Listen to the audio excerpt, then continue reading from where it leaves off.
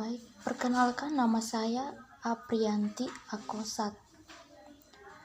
Di sini saya akan mempresentasikan mata kuliah komputer. Saat ini hampir semua aspek kehidupan melibatkan komputer.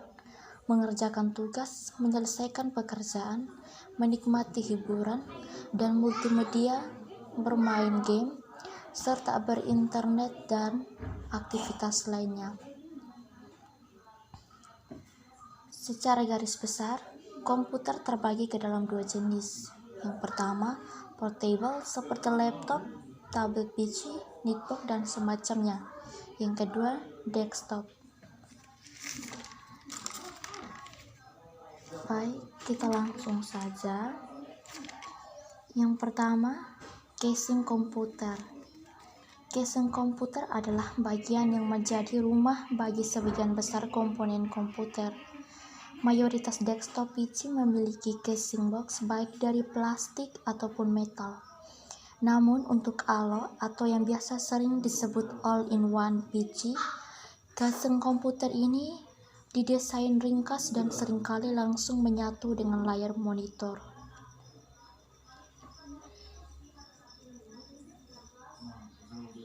Yang kedua, Power Supply Unit atau PSU adalah komponen yang berkonversi listrik arus asing menjadi DC bervoltage rendah, sehingga bisa dijadikan sebagai sumber daya bagi semua komponen komputer. Yang berikut, motherboard. Motherboard adalah papan sirkuit terintegrasi yang menjadi komponen utama dari sebuah komputer.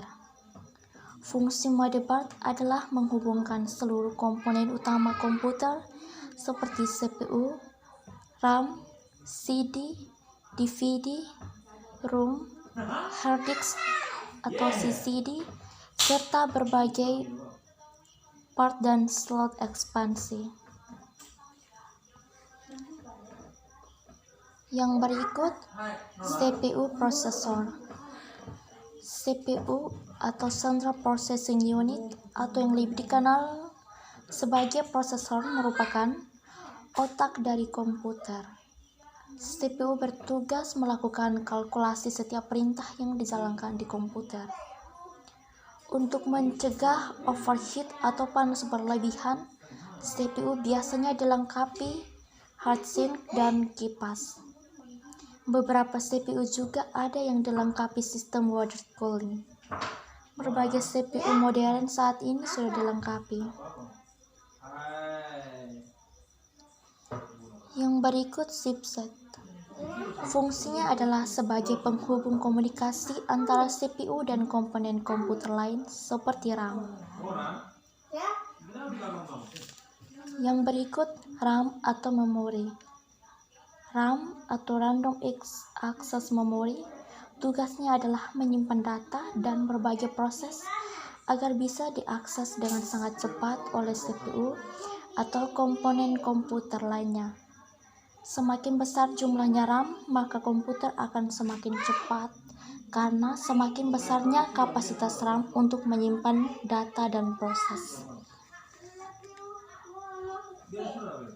Yang berikut, video card atau CPU atau VGA atau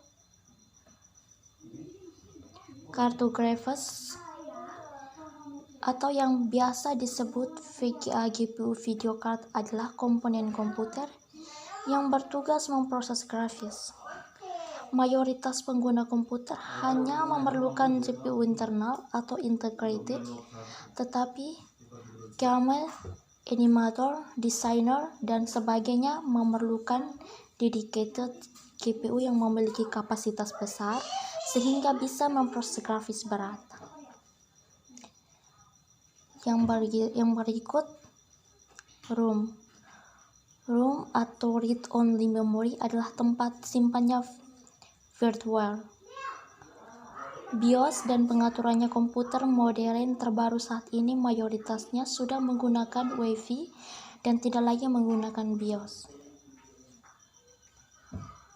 Yang berikut baterai CMOS.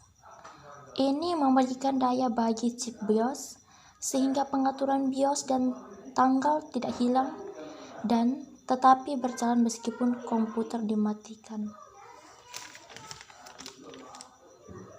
Yang berikut bus. Ini adalah slot yang bisa menghubungkan berbagai card seperti external graphics card dan sound card ke motherboard. Yang berikut sound card. Hampir semua motherboard memiliki sound card internal untuk memproses suara, namun demikian penggunaan bisa menambahkan juga sound card eksternal jika memang dibutuhkan untuk keperluan tertentu. Yang berikut hard disk atau HDD atau SSD. Hard disk adalah media penyimpan yang bisa digunakan untuk menyimpan data, termasuk juga sistem operasi. Selain HDD atau hard disk drive konvensional, saat ini SSD atau solid state drive juga sudah populer digunakan, terutama di laptop, netbook, atau PC portable lainnya. Dibandingkan HDD, SSD memiliki kecepatan baca atau tulis yang jauh lebih tinggi dan jauh lebih hemat penggunaan daya karena tidak menggunakan komponen mekanik di dalamnya. Yang berikut optical drive atau CD atau DVD ROM. Meskipun masih populer dan banyak digunakan, CD, DVD ROM sudah semakin jarang ditemui di komputer yang modern, khususnya di PC portable seperti laptop dan netbook.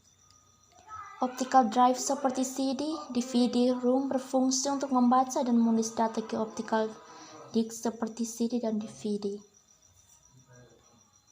Yang berikut keyboard. Keyboard berfungsi sebagai input untuk berkomunikasi dengan komputer. Praktisnya, kamu bisa mengetik dan memasukkan berbagai perintah ke komputer melalui keyboard. Yang berikut mouse. Mouse juga merupakan input device yang sangat penting untuk bernavigasi saat mengoperasikan komputer. Dengan adanya mouse, kamu bisa menggerakkan pointer dan memilih berbagai opsi di layar komputer. Dan yang terakhir, monitor.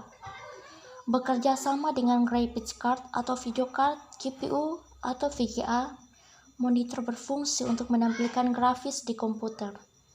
Saat ini selain monitor konvensional, monitor touchscreen kian menjadi populer.